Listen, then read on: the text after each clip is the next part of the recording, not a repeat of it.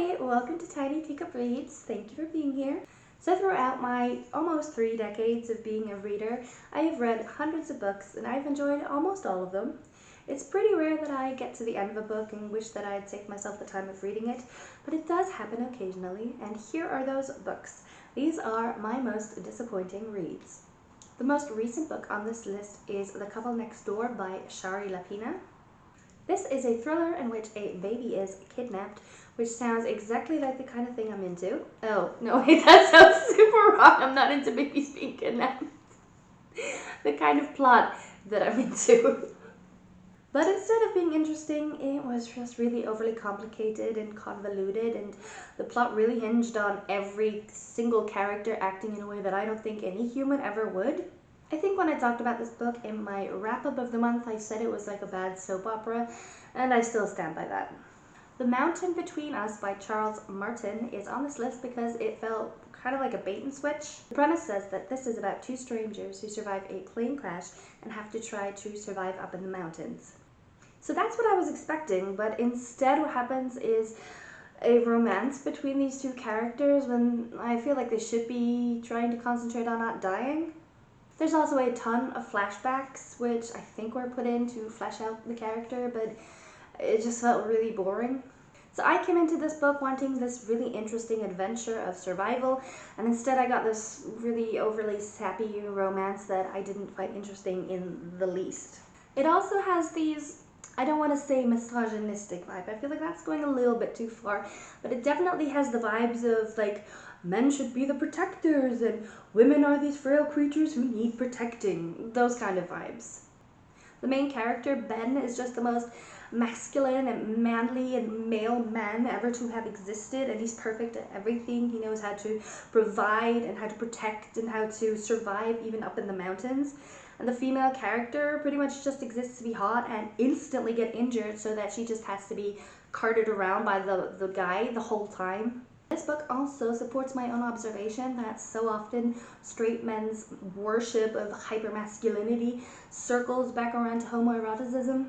Because why are you, as a straight male writer, spending so much of this book telling us how amazing Ben is and how much of a provider he is?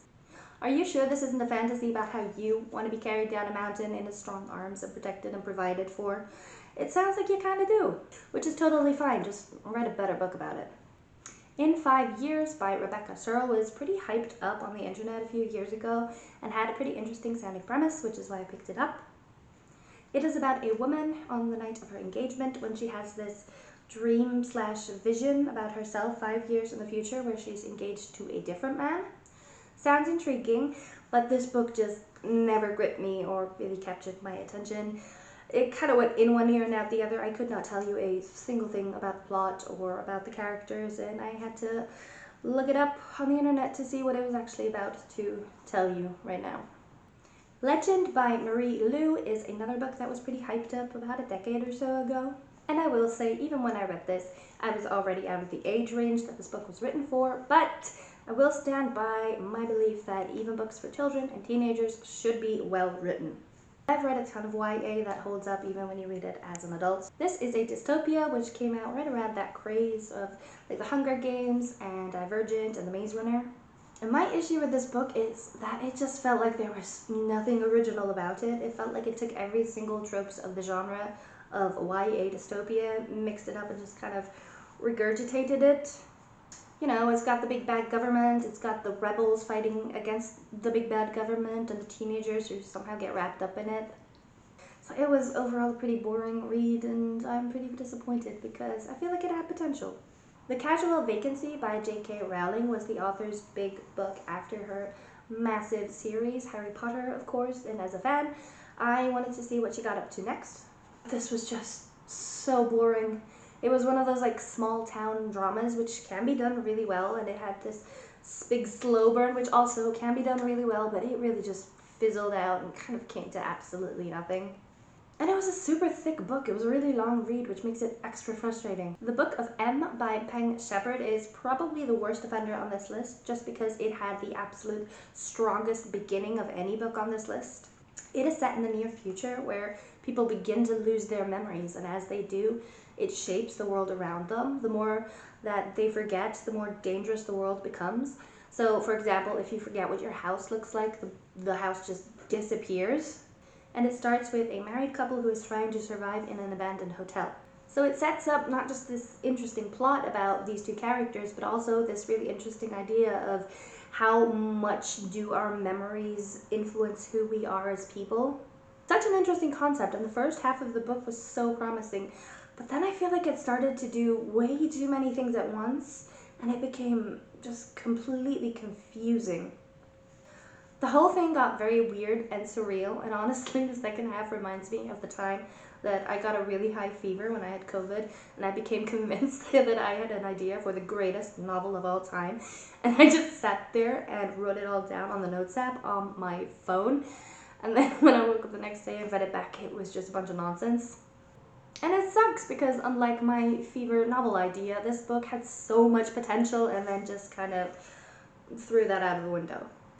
The Harpy by Megan Hunter was yet another book that had an interesting premise and then just kind of devolved into an incoherent mess. This is about a married couple, and when the wife finds out that the husband has been cheating on her, they come to an agreement. She gets to hurt him 3 times and then they will be even. The first half was pretty interesting, but then it just became a bunch of confused metaphors and overly poetic language, and it was clear that the author cared more about, I guess, seeming introspective and intellectual than actually writing a book that made sense. And don't get me wrong, I like the occasional book that is really introspective and has flowery language. It can be done really well, this just wasn't done well. But luckily, this was a library book and I didn't spend any money on it. A book that I did spend my own hard-earned money on was The Vineyard in Alsace by Julie Stock. Listen, I love a good chick lit about a woman who discovers that she's being cheated on by her man, so she moves somewhere new and starts her life over again, which is what this book is about.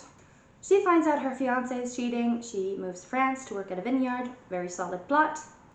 But this book had some of the worst writing that I have ever read in my life. It felt like a first draft of a book that got published without anybody ever looking over it again. Every character is a bland caricature of a trope that has been done before with nothing new added to it. Every plot point is unoriginal. Every character talks like a robot. If I didn't know this was published in 2017, I would have thought this was written by an AI, and that is not a compliment. Let me show you. My favorite passage is the one where the cheating fiance goes to France to try to get her back, but he talks like a cartoon villain. He grabs her and says, "I've come to take you home with me, to get you back under my control where you belong." "Let go of me, Paul, you're hurting me," I whispered. "Good, now you know what it feels like to suffer as I have."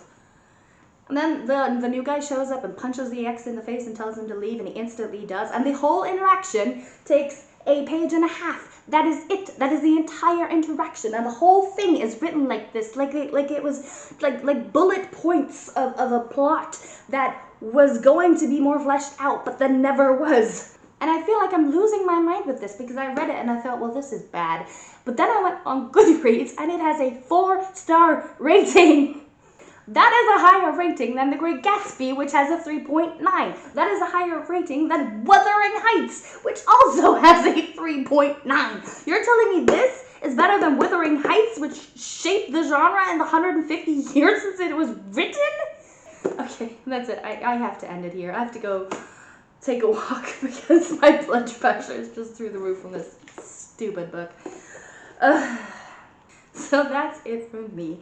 That is the most disappointing books that I've ever read, but what are the most disappointing books that you have ever read? Please let me know in the comments because I'm really curious to see what you say. That's it. Thank you so much for watching. I hope that you have a wonderful day, and I hope that I will see you in the next video. Bye!